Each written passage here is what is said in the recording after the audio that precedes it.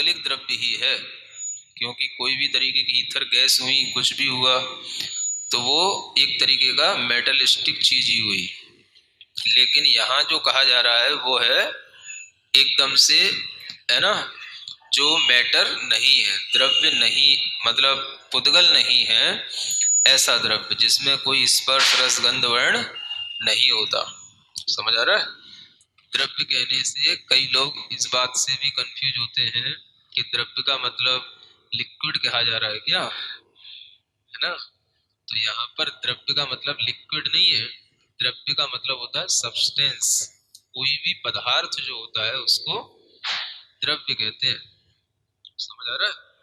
तो वह द्रव्य जो है किसी भी फॉर्म में हो, चाहे वो लिक्विड फॉर्म में हो, चाहे गैस फॉर्म में हो, चाहे सॉलिड फॉर्म में हो, वो कहलाएगा तो द्रव्य ही।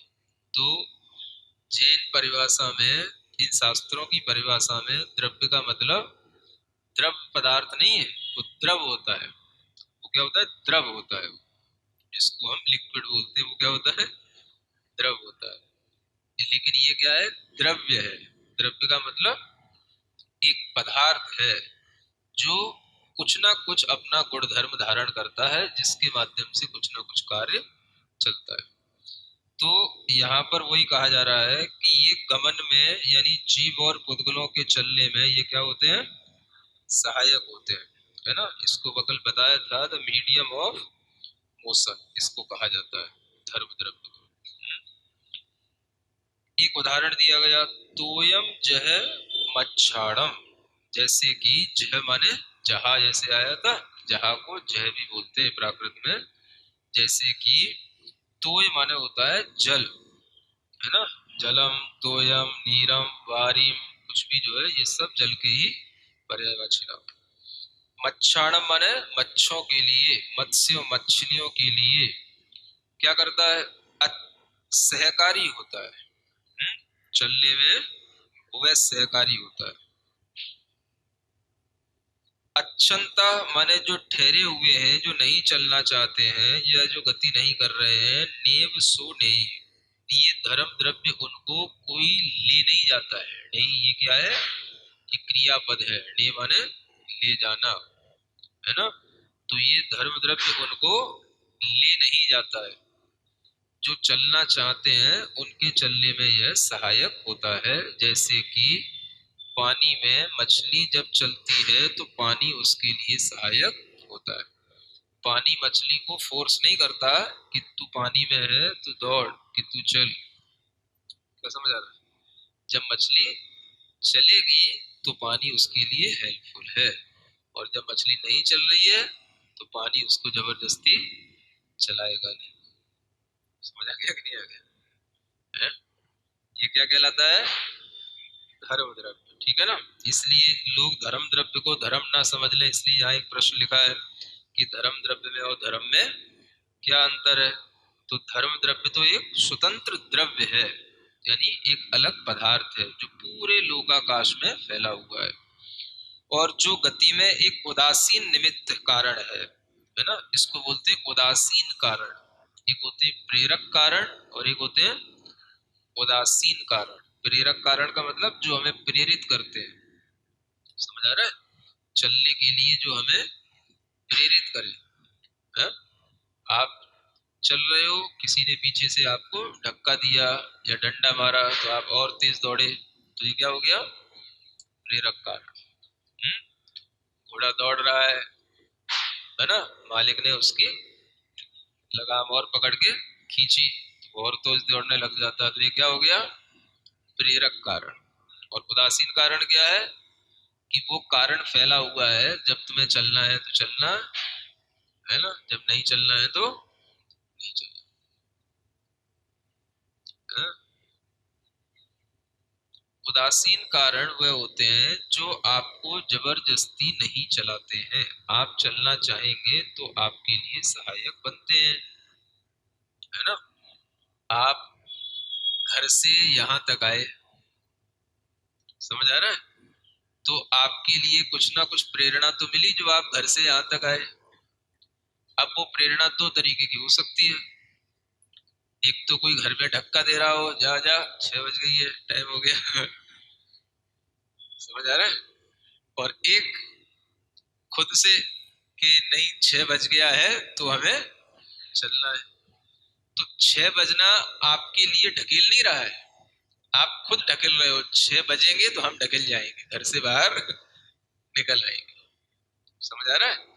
तो ये 6 बजना, ये जो काल है, ये जो समय है, ये भी एक कारण है, क्योंकि आप 6 बजे ही आओगे। समझ आ रहा है? तो ये 6 बजना भी एक कारण है कि नहीं है? तो ये कारण कौन सा है? ये जो समय हो रहा है 6 बजना, ये कौन सा कारण होगा?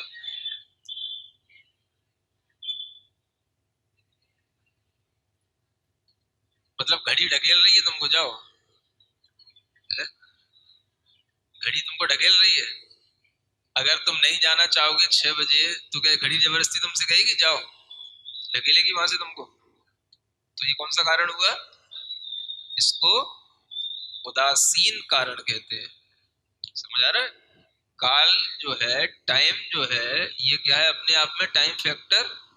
ये एक न्यूट्रल कॉज है? आप अगर काम करोगे टाइम पर, तो time is helpful for you, otherwise time is going with our speed. समझ आ रहा है? अन्यथा तो समय अपनी गति से चल ही रहा है ना? आपने कहा कि हमको 4 बजे सुबह जगना है, तो 4 बजेंगे तो आप जग जाना। अब 4 बजे वो कोई टाइम आपको हिलाए डुलाए कि भाई 4 बज गए, अब आप ही ढिलो ढिलो 4 बजे के इंतजार पर। तो इसको क्या बोलते हैं? उदासीन। फिर आपने कह दिया किसी घर वाले से, भाई हमको 4 बजे उठा देना, मिस कॉल कर देना, तो ये क्या हो गया? ये प्रेरक कारण हो गया। सहायक तो दोनों ही है, लेकिन ये प्रेरक कारण हुआ है। प्रेरक जिसने आपको प्रेरणा दी उठने के लिए, 6 बजे घर से यहाँ तक आने के लिए। जाओ टाइम हो गया, भूल गए क्या? आज आज क्लास नहीं लगेगी क्या? है? तो आपको याद आ गया, नहीं नहीं आज भी क्लास लगेगी। नहीं तो अपने यार दोस्तों से बातें करने में मस्त थे। क्या समझ आ रहा है? तो आपको प्रेरणा मिली किसी के कहने से, किसी के पुश करने से, तो ये कहलाता है प्रेरक कारण। क्या समझ आ रहा है? तो एक तरीके से जब कोई एक व्यक्ति आता है दूसरे को भी लेकर के आता है, तो वह उसके लिए प्रेरणा बन जाता है, प्रेरणा स्रोत कहलाता है। भाई आप आए रहे थे, आपने हमसे कहा कि चलो भाई बहुत अच्छा ज्ञान मिल रहा है, अपन भी ले आते हैं, तो चलो अपन ने कहा एक दिन अपन भी चल के देखते हैं, तो आप आकर के बैठ गए। तो आपके लिए वो व्यक्ति क्या हो गया? प्रेरणा स्रोत हो गया, प्रेरणा प्रेरक कारण हो गया। उसने आपको प्रेरित किया। समझ आ रहा है? अब ज्यादा प्रेरित नहीं करना। कभी अगर मान लो कोई नहीं आना चाहता है, कोई नहीं सुनना चाहता है, कोई नहीं सीखना चाहता है, फिर आप उसको जबरदस्ती रोजाना करो, तो फिर वो क्या बोलता है? ये हमें पेर रहे हैं। क्या बोलता है? वो पेरना भी इसी से नहीं बोलते? नहीं बोलते? इधर नहीं बोलते क्या? है? अरे परेशान करने को, बार बार किसी चीज को करने को कोई जब कहता है और आपकी इच्छा नहीं होती, तो क्या बोलते हैं? ये हमें पेर रहे हैं। क्या परेशान तो होते, पेरना ही बोलते हैं, पेर रहे हैं। तो ये पेरने का मतलब प्रेरणा दे रहे हैं, लेकिन हम प्रेरणा लेना नहीं चाह रहे हैं, तुम जबरदस्ती प्रेरणा दे रहे हो। तो ये प्रेरणा जो है फिर वो काम में नहीं आती है ना? तो अब समझ लेना कि आप किस कारण से यहाँ हो। है ना? समझ आ रहा है? कुछ प्रेरक निमित्त भी होते हैं और कुछ उदासीन निमित्त या कारण है। उपादान तो काम जिसमें होगा उसका नाम उपादान है ना? तो उपादान काम तो करता है। उपादान के लिए अगर अच्छा उपादान होता है तो उदासीन निमित्त से काम हो जाता है। उपादान में भी थोड़ी सी योग्यता पैदा करनी होती है, तो कभी प्रेरक निमित्त की भी जरूरत पड़ जाती है। और जब प्रेरक निमित्त होगा तो उदासीन निमित्त तो साथ में होगा ही। तो उपादान जो है योग्यता पर निर्भर करता है कि उसकी योग्यता कैसी है। उपादान की भी योग्यता बनाई जाती है निमित्तों के माध्यम से। कुछ प्रेरक कारणों के माध्यम से, है ना। तो उन्हीं उपादानों में ये, उपादान का मतलब, उपादान क्या आ गया, ये जो आप हो, आपका जो द्रव्य है वो उपादान है। मतलब आप में अगर थोड़ी बहुत योग्यता होगी तो आप आने की इच्छा करोगे, सुनने की इच्छा करोगे। और अगर आप में बिल्कुल ही योग्यता नहीं है उस चीज के लिए तो आप बिल्कुल भी इच्छा नहीं करोगे, है ना। तो ये उपादान में भी योग्यता धीरे धीरे जागृत हो जाती है। अब किसी में मान लो बिल्कुल इच्छा नहीं थी, लेकिन आप उसको एक बार लाए, दो बार लाए, धीरे धीरे कुछ उसको अच्छा लगने लग गया, समझ में आने लग गया, तो उसका मन खुद हो गया। तो इसका मतलब है उसका उपादान अच्छा, उपादान का मतलब उसकी योग्यता अच्छी है, उसका भाग्य अच्छा है ना। तो ये सब निमित्त इस तरह से काम करते रहते हैं।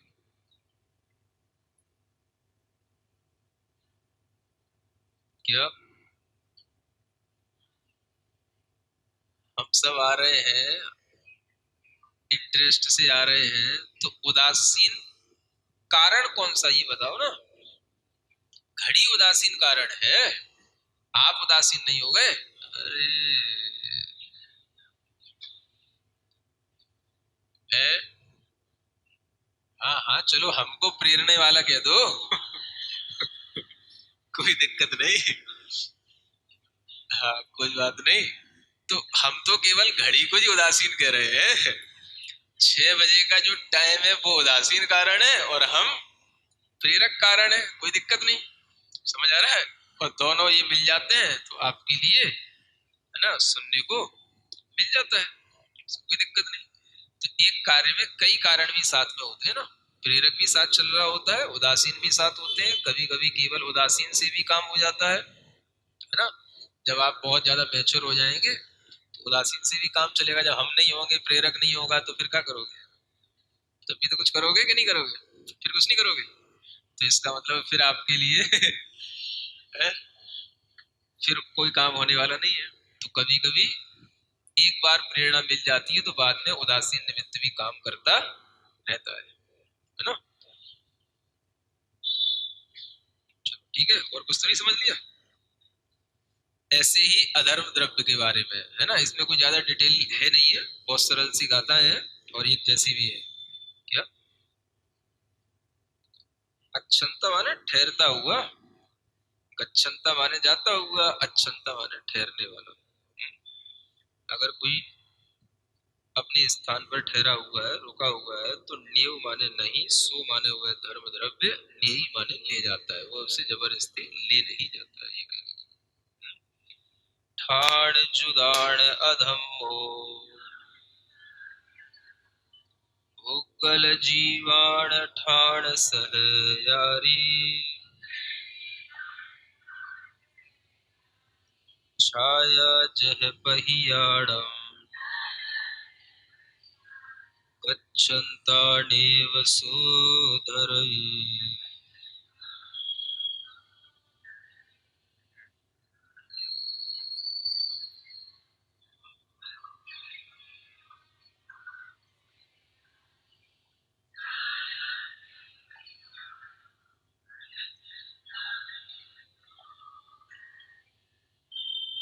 अब अधर्म द्रव्य के लिए कहते हैं ठाण जुदाण।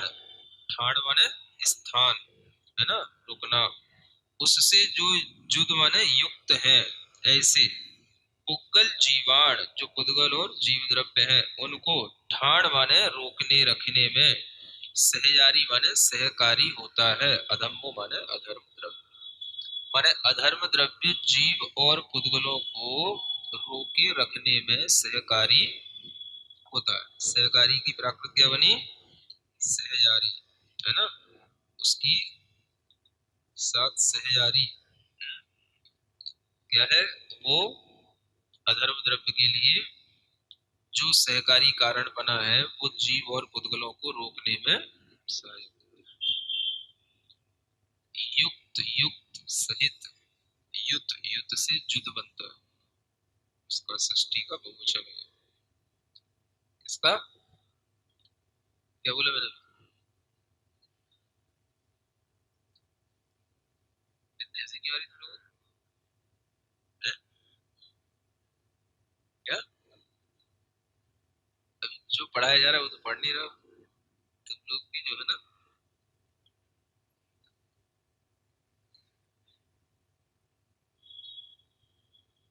दीपावली के दिन डांट मत खाओ। चलो दूर बैठो, थोड़ा दूर बैठो, मुझसे दूर बैठो। किताब नहीं तुम्हारे पास? तो जो अर्चना पता है उससे पढ़ो, है ना। चलो तुम दूर बैठो, इधर बैठो। क्या बता रहा था मैं, षष्ठी का ये बहुवचन है ना। थोड़ी थोड़ी बीच बीच में ये भी जब पढ़ा है प्राकृत तो उसको ढंग से समझो कि कैसे शब्द बन रहा है। तो पुद्गल और जीवों के लिए ये संबंध कारक हो गया, इनके स्थान रुकने में ठाड़ सहयारी, है ना। ये पूरा पद बन गया।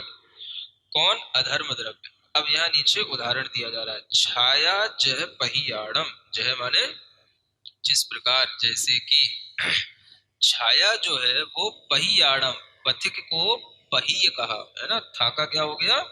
हा। तो ये पहियाड़म ये भी षष्ठी का बहुवचन हुआ। पथिकों को, हम्म, पथिकों को छाया जिस प्रकार से क्या होती है, उन्हें रोक लेने में सहकारी होती है।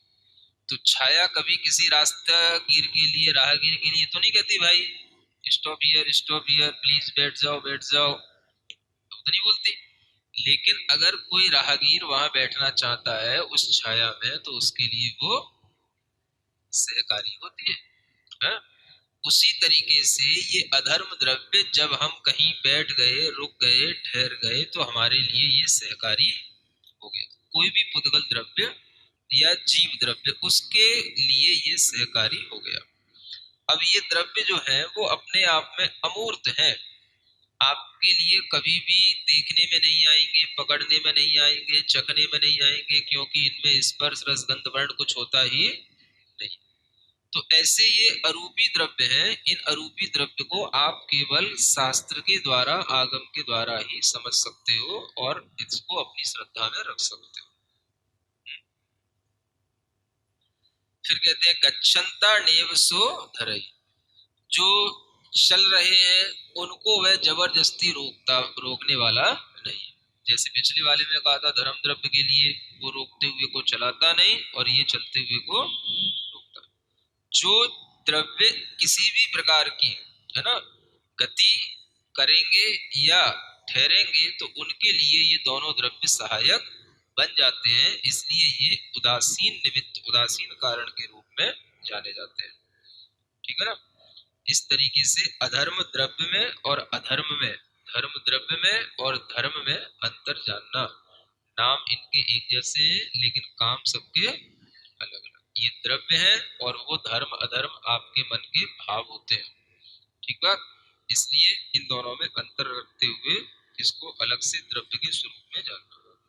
जो इन द्रव्यों की श्रद्धा करता है वही सम्यक दृष्टि जीव कहलाता है, क्योंकि जो तीर्थंकरों ने बताया है उसकी आप श्रद्धा करोगे, भले ही वो दिखाई न दे, तभी आपके अंदर सम्यक दर्शन का भाव आएगा।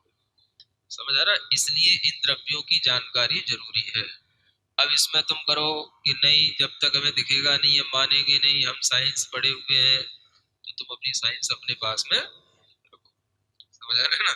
और दिखाने वाला कुछ नहीं है, बस जो दिखेगा वो यहाँ पर आपको श्रद्धा की आंखों से देखो।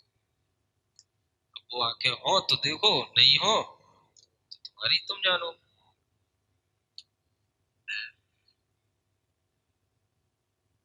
हाँ, उदाहरण तो कुछ भी बन सकते हैं। सर्दी में धूप सहायक है तो सर्दी में धूप के लिए आप बैठ गए तो धूप नहीं कह रही कि आप आओ बैठो, आपका मन हो तो बैठ जाओ, नहीं मन हो तो मत बैठो, सहायक है।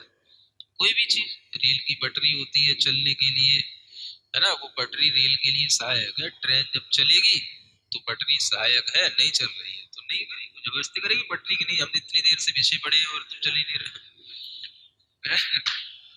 अरे ऐसे ही तो सब होते हैं उदासीन द्रव्य। कोई भी चीज आपके घर में मान लो टीवी रखी है, समझ आ रहा है, और उस पर 20 चैनल आ रहे हैं, अब आप नहीं खोल रहे हो तो वो चैनल जबरदस्ती करेंगे, भाई टीवी इतनी बुला के रखी है 20 चैनल लग रहे हैं और तुम एक भी चैनल नहीं खोल रहे हो, खोलो इसको। टीवी कहेगी क्या तुमसे? खोलोगे दिखाई देगा, नहीं खोलोगे कुछ नहीं है।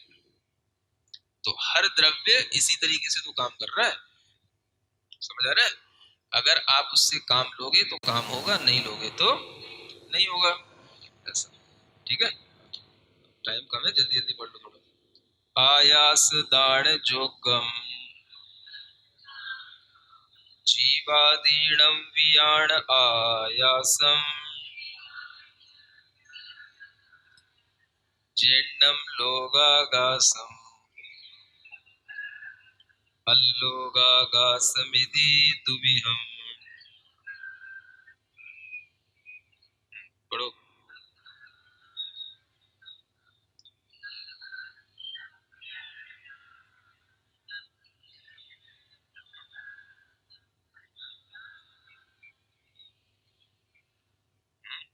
अब ये आकाश द्रव्य का स्वरूप है। अवकाश दान जोगम, अवकाश बोलते हैं स्थान, टू प्रोवाइड रूम, क्या समझते हैं? मतलब जगह देना, तो ये स्पेस देना, है ना। ये जो स्पेस देने के लिए जो योग्यता रखता है, किसके लिए? जीव आदिणम। अब यहाँ पर देखो, यहाँ पर जीव आदि सभी द्रव्यों के लिए कहा गया है। जो पिछले जो द्रव्य थे, धर्म अधर्म, वो केवल जीव और पुद्गलों की गति स्थिति में सहकारी थे। और यहाँ जो आकाश द्रव्य है वो सबके लिए स्पेस देने वाला है, चाहे जीव हो, चाहे पुद्गल हो, चाहे धर्म हो, चाहे अधर्म हो। क्योंकि ये सभी द्रव्य रहेंगे कहाँ? तो इसी आकाश द्रव्य में रहेंगे। आकाश द्रव्य के कारण से इनको स्पेस मिलता है, समझ आ रहा है। ये चारों ओर जो हमको दिखाई नहीं देता उसका नाम आकाश है, और जो आपको दिख रहा है वो आकाश नहीं है, समझ आ रहा है। वो सब क्या है? पुद्गल है। ये बहुत बड़ी अज्ञानता रहती है, जो कभी साइंस पढ़ करके अज्ञानता दूर नहीं हो सकती, समझ आ रहा है। आप लोग क्या समझते हो? आंख उठाई ऊपर, जो बीच में खाली स्पेस दिख रहा है दैट इज स्काई, बस आपने बोल दिया। लेकिन जो आपको दिख रहा है वो कभी इसका ही नहीं होता, वो कभी आकाश आपकी भाषा में हो सकता है, लेकिन आकाश द्रव्य जिसे जैन दर्शन में कहा गया है वो क्या है? वो एक द्रव्य है जो आपको दिखाई नहीं देगा, समझ आ रहा है। उस द्रव्य में ये सब चीजें रह रही हैं। तो आपको जो भी दिखाई दे रहा है, अगर ये दिखाई दे रहा है खाली स्थान है, तो ये भी पुद्गल द्रव्य है, समझ आ रहा है। आपको यहाँ दिख रहा है चारों तरफ उजाला है, तो उजाला तो प्रकाश हो गया, और प्रकाश जो होता है वो मैटर में ही होता है, इन अरूपी द्रव्यों में नहीं होता है। ये सब फॉर्मलेस सब्सटेंस है, जिनको भी अरूपी द्रव्य कहा जाता है। तो ऐसे इन द्रव्यों में यह योग्यता होती है कि वो जीव अजीव पुद्गल धर्म अधर्म काल सभी द्रव्य को यह स्थान दे रहा है, स्पेस दे रहा है, रूम प्रोवाइड कर रहा है। यू मे स्टे हियर, समझ आ रहा है। ये क्या हियर क्या होती है, उसको क्या करना? हियर स्पेस देती है, तो दिखने से मतलब नहीं है। दिखने ना दिखने से क्या होता है? एयर का काम कोई स्पेस देना नहीं है। एयर तो वहां पर भी आ, होती है या नहीं होती है जहां पर स्पेस उसको नहीं भी मिलता है। जैसे हम वैक्यूम बोलते हैं, वहां पर एयर नहीं होती है तो भी वहां पर स्पेस तो होता ही है। तो एयर से उसका कोई लेना देना नहीं। ये जो है आकाश द्रव्य है, इनविजिबल सब्सटेंस है, इस पर केवल अपना बिलीव करना है, हा? इस आगम के आधार पर, समझ आ रहा है। तो जो नहीं दिखता है वो हम आपको दिखाते हैं, जो दिख रहा है वो साइंस में देख लिया, ठीक है ना। एक एक जीवादीणम, वियाण माने जानो, जो जीव आदि को अवकाश दे, स्थान दे, उसको क्या जानो? आयासम माने उसको आकाश जानो। ये आकाश द्रव्य की परिभाषा। जैनम माने ये जैनम, देखो जैन को क्या बोलते हैं? जैनम। जैन का मतलब होता है जो जिनेन्द्र भगवान के द्वारा बताया हुआ होता है उसको जैन बोलते हैं, है ना। तो जिनेन्द्र भगवान के द्वारा ही ये चीजें बताई गई हैं, इसलिए यहाँ पर जैंडम शब्द आया है, समझ आ रहा है। कोई साइंटिस्ट बताने नहीं आएगा, आइंस्टाइन और न्यूटन के द्वारा नहीं बताया गया। किसके द्वारा बताया गया? जिनेंद्र भगवान के द्वारा। इसलिए यहाँ लिखा है कि इसके द्वारा जो कहा गया है उसका नाम आकाश है। अब ये आकाश दो प्रकार का होता है, एक कहलाता है लोकाकाश और एक कहता है अलोकाकाश। वस्तुतः ये दो प्रकार का होता नहीं है, दो प्रकार का बन जाता है।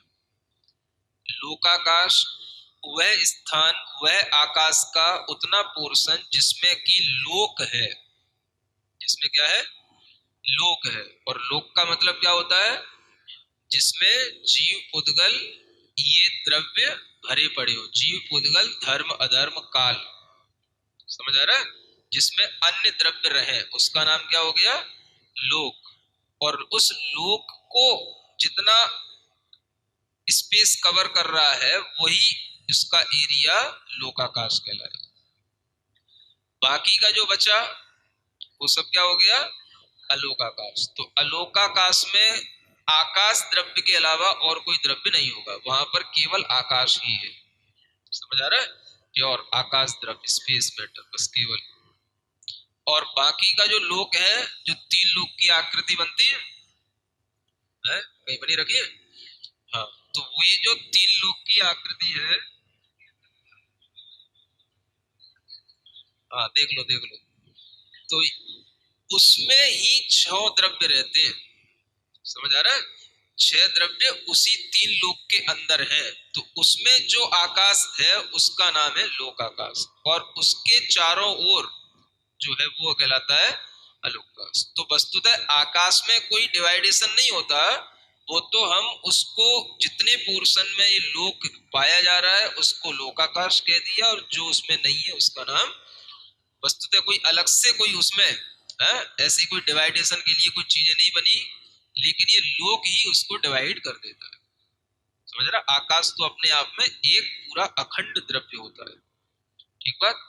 ऐसे ये लोकाकाशम अलोकाकाशम यदि दुवियम, माने इस प्रकार से दो प्रकार से जानना, दुवियम माने दो प्रकार से। उसी को और जहां आगे क्लियर करते हैं, धम्मा धम्मा कालो पुग्गल जीवाय संति जावदिये आयासे सो लोगो तत्तो परदो अलोकुत्तो।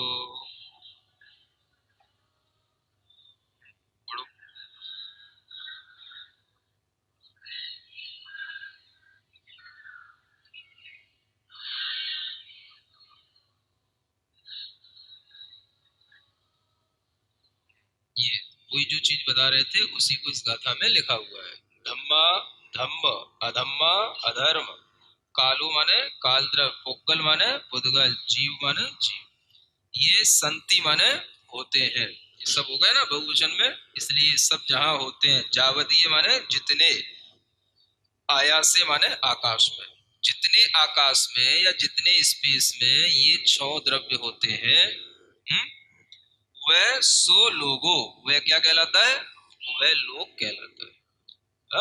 तत्तो परदो, उससे परे, उसके आगे क्या कहलाता है, वह अलोकाकाश कहलाता है। अलोक उत्तो, उत्तो माने कहा गया है।